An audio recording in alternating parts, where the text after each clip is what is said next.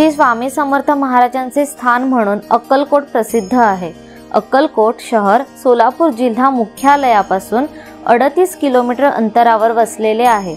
श्री स्वामी समर्थ महाराजांना श्री दत्तात्रयांचे अवतार मानले जाते। श्री स्वामी समर्थांची समाधी भक्तांकडून पूजली जाते।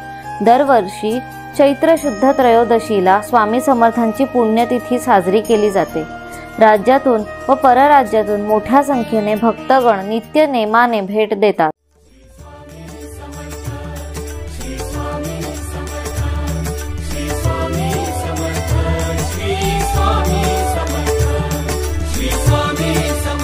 सध्याचे स्वामी समर्थ मंदिर हे एका वडाच्या झाडाच्या भोवती बांधले आहे। ह्याच वडाच्या झाडाखाली बसून श्री स्वामी समर्थ ध्यान धारणा करीत व भक्तांना उपदेश देत असत।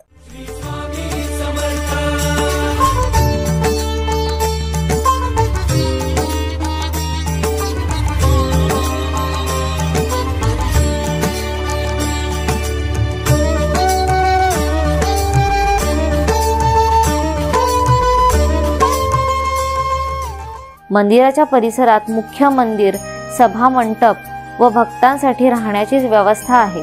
मंदिर समितीतर्फे भक्तांसाठी अन्नछत्रामध्ये रोज दुपारी व रात्री मोफत भोजनाची तसेच प्रसादाची व्यवस्था करण्यात आलेली आहे। श्री स्वामी समर्थ महाराज हे शके 1779 च्या सुरुवातीला अक्कलकोट येथे आले।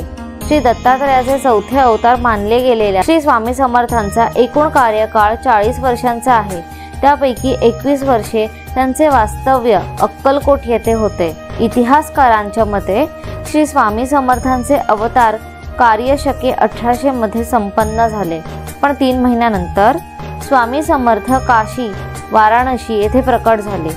श्री स्वामी समर्थांची पवित्र समाधी त्यांचे शिष्य श्री सोळप्पा यांच्या घरात आहे। हे ठिकाण समाधी मठ असे ओळखले जाते। भक्तांना संकट प्रसंगी धीर व मानसिक बळ देणारे भिवू नकोस मी तुझ्या पाठीशी आहे हे घोषवाक्य श्री स्वामी समर्थांचेच आहे।